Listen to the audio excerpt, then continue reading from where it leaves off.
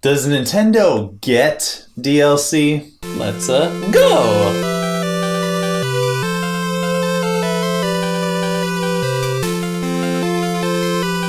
Nintendo, they've been doing this DLC thing for a while. They were a little late on the bandwagon, Sure wouldn't you say? yeah.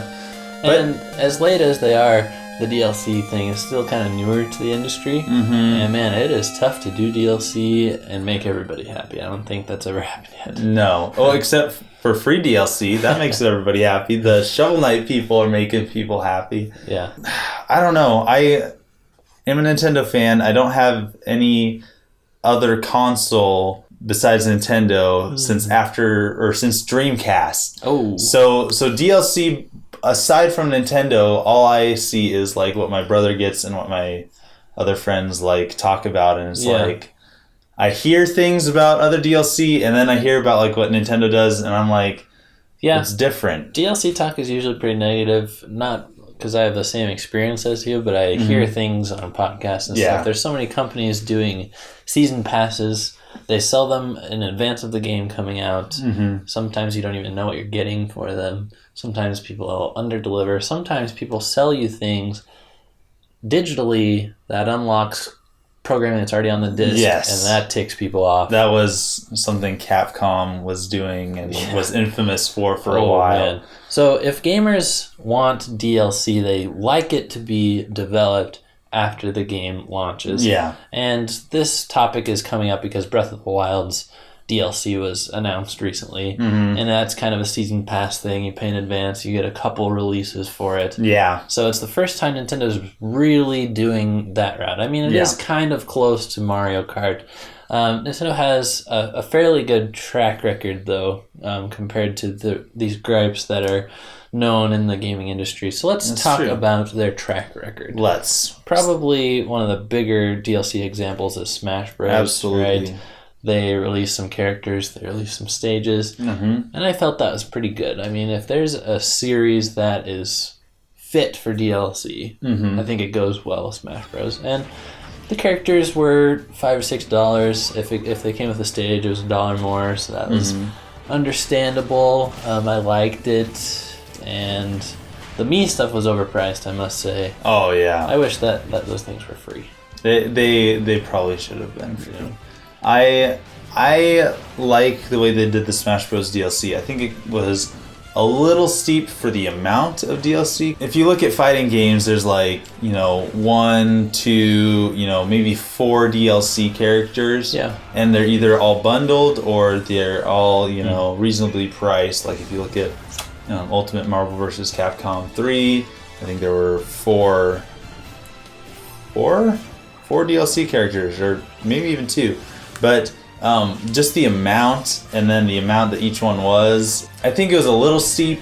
Yeah. But it was good content still. So we would call it pretty good, perhaps? Pretty good. Good. I would definitely have to say that Smash Bros. Was pretty good on their DLC. So another example. HYRULE Warriors, which I had no idea how much DLC was for this game. I couldn't keep track of it, to be honest. Because I knew, HYRULE Warriors came out and it was good. And then later they came out with DLC. Yeah.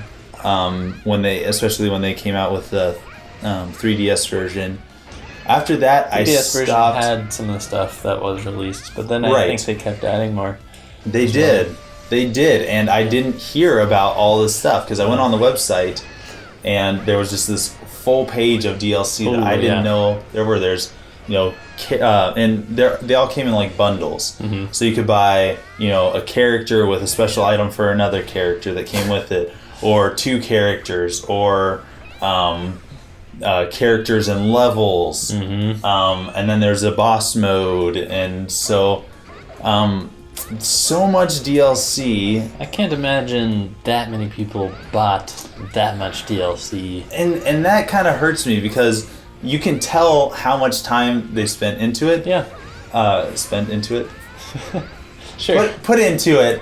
And they did like fan service, like popular side characters, It's not just absolutely. Not just like weird costume Ganondorf and Girahim or whatever, but it was Nintendo Switch shirts.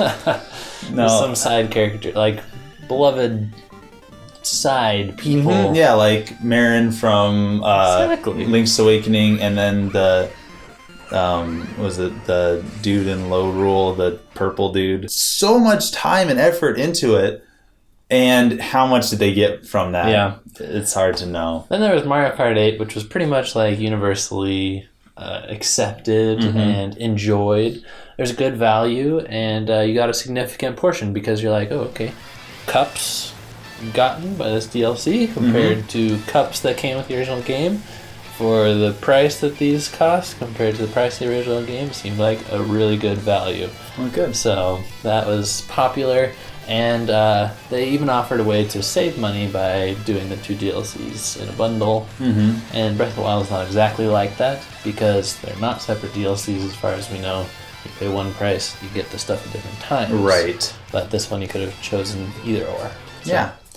It's a good way of doing it. Yeah. Also looked at Fire Emblem Fates, which did the Pokemon route, the 2 different versions. For people who play Fire Emblem, I know that they're games that you really get into. Oh, yeah. And so they're games that you're going to replay if you're a fan of the series. Yeah. And so what they did for DLC is they tacked on the other game for the DLC. For the major portions of the DLC, and then they also had the new version that you could buy alongside of that. So you could get all 3 versions. I think each new version was $20, or getting both were $20, something like that, which is a good value. That's like a whole nother game. Yep. And also, there were 19 more missions sold either separately, or there were 2 bundles that they were released in. And if you bought all of those, it was $30. Yeah. So that is... I couldn't believe how much they produced for this game. Yeah, it was crazy. Something that they just kept expanding. And so... And you never felt like, oh, I'm paying for stuff that should have been in the original game, because these were like full games. Yes. Yeah. So that was pretty cool. And once again, they were released not all at once, not at launch. Yeah. Slowly as the game progressed. Yep. Now, once again, I'm not a Fire Emblem fan. I'm not a Fire Emblem flan either, but I'm not a Fire Emblem fan. So I look at this and I'm like, that's kind of steep. I don't want to pay that much for extra levels. Yeah, but it wasn't for you. It wasn't for me. So I look at that and I say, if you're getting 3 games for this much money, that's a steal. Yeah. So we're going to get to the Breath of the Wild news here in a second, but a few more track record things for Nintendo Splatoon. They had free DLC for a very long time. That was amazing. Wasn't it during the summer, every Friday or something, there was a new map? It was really supported well. I think that Nintendo wanted to see this new IP succeed and catch on, and they supported that community so much. I think when the game first came out, in the reviews, they're like, there's a couple things missing. Playing with your friend online and stuff, it didn't work. And the amount of maps. But they not only fixed that, they went further and further for free, and then they eventually charged for a few things via Amiibo. Right. But no one was upset about that because Splatoon was kind of a bargain. So there you go. That was a genius way of doing it, and I hope Splatoon 2 will be similar. I hope so too. Yeah. It would be awesome. Pikmin 3, also another one that released more levels. Once again, I'm not a Pikmin man. Just say Pikman. You wanted to. Yeah, I'm not a Pikman. But they released in 3 different chunks 16 more levels. There were a few that were free, but they were anywhere from $2 to $5 a piece. Yeah. For each of the 16? For each one.